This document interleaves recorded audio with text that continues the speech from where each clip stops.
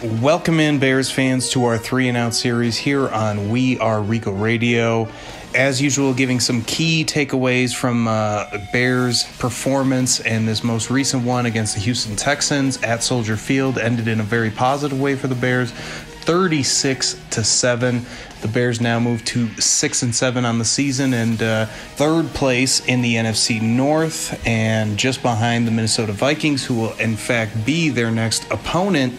And I guess one thing that maybe a lot of Bears fans are dreading, but playoffs still an option for this team, of course, assuming that they're able to get a few more victories. But, you know, the Bears could definitely win out the rest of the way, and that's going to be our first takeaway, is how quickly things can change in the NFL. I mean, the Bears losing 6 straight, looking terrible. If you lose against the Texans, maybe a lot of people start losing their jobs quicker than usual. And you wonder, is the big change for the Bears coming? Now, it's not maybe a for sure thing that a change is coming, especially if the Bears were to win out. And you see against the Vikings, you know, that's a team that the Bears can win. That was a very competitive game at Soldier Field. So we'll see if they have an answer there. The Jags are the team after that, and they're going to be set for basically the second or first pick overall in this upcoming draft. So that should be a victory right there. And the Packers, after their victory, they're pretty close to claiming that number 1 overall seed, as well as the Saints lost to the Eagles. If they have nothing to play for in that Week 17 game, that might be a game of backups, and the Bears, again, could win that game. And if you are able to find a way and get 3 straight victories to close out your season, that would be a 9-7 record with still a chance at the playoffs. Does ownership now kind of steer back the other way, where they say, okay, maybe we overreacted, or everybody overreacted a little bit? It was a disappointing middle stretch of the season, but the team found a way to rebound and get back into the playoffs.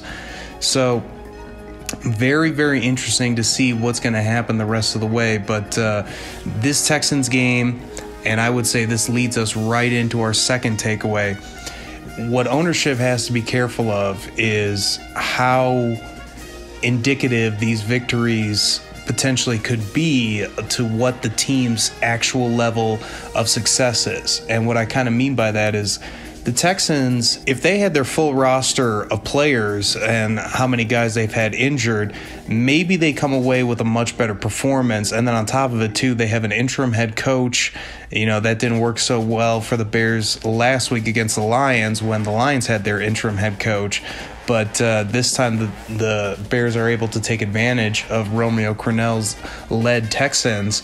But had the Texans maybe had some of their star players back, or at least some of their healthy starters, and this game turns out to be something else, you know, are we talking about the Bears as being a good team? And then even if they're able to find a way to win these last 3 games against the Vikings, the Jags, and the Packers, especially if that Packers game is just against backups, you know, really that's only beating the bad teams on your schedule, and that's really the only victories on the Bears schedule so far this season. When they've played bad teams, they've won. When they've played good teams, they found a way to lose. And even some of the bad teams like the Lions, they found a way to lose. And even, you know, the Vikings, I don't know if the Vikings are a great team. They're certainly a solid team at 6-7, but they might be trending towards bad with how they've been playing as of late. The Bears definitely have an opportunity to find a way to get to 9-7 this year, and at least you could say with Matt Nagy, he's never had a losing season as Bears head coach, and the worst he's done is 8-8, and that would be last season in 2019, I should say.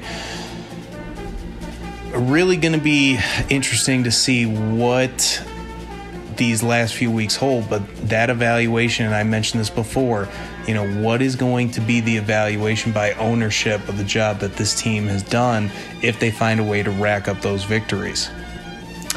Our third and final takeaway is going to focus in more on the game itself, and you know, a lot of interesting developments. You had David Montgomery set the tone with an 80-yard touchdown run.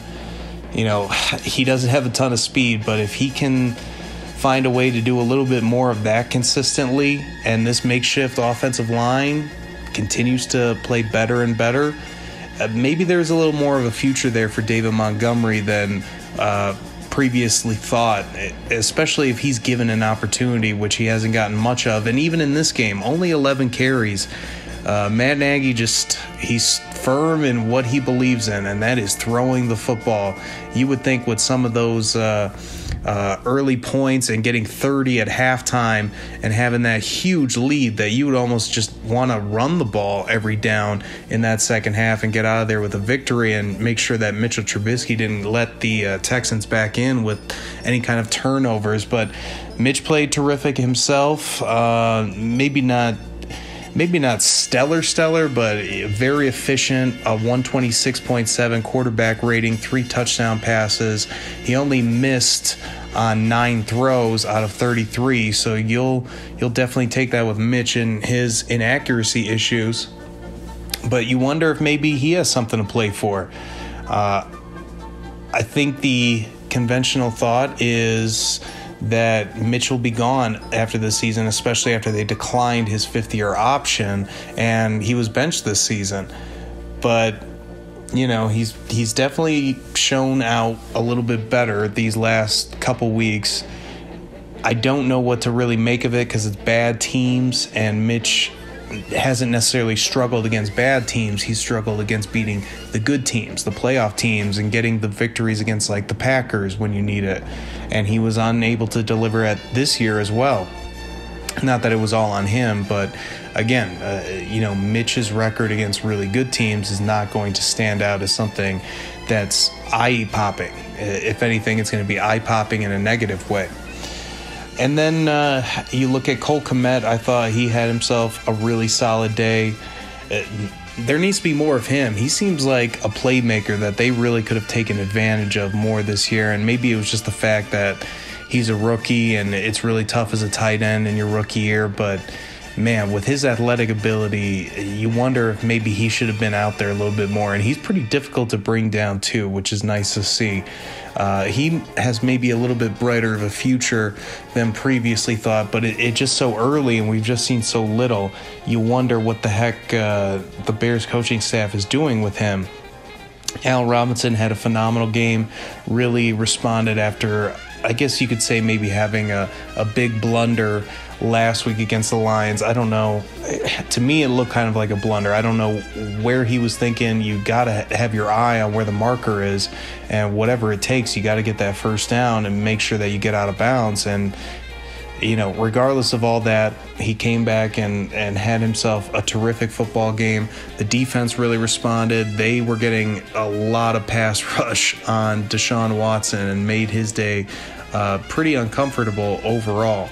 So it was great to see more of that pressure that we've been looking for, and the Bears in total got themselves 7 sacks, and that's quite a response. But overall, it was a really great performance. You really can't put any holes in it. The offense was terrific. The defense was terrific. Special teams was great. Cairo Santos, he's just nailing kick after kick after kick apparently, and it seems like the Bears have found their kicker moving forward. We'll just see what kind of carries over this next week against Minnesota. Do we see an effort similar to that, or was this kind of just a 1 week and given the opponent and how beat up they were that the Bears took advantage? Either way, a good reprieve from the normal disappointing, stressful Bears game. So I think overall fans can at least enjoy that part.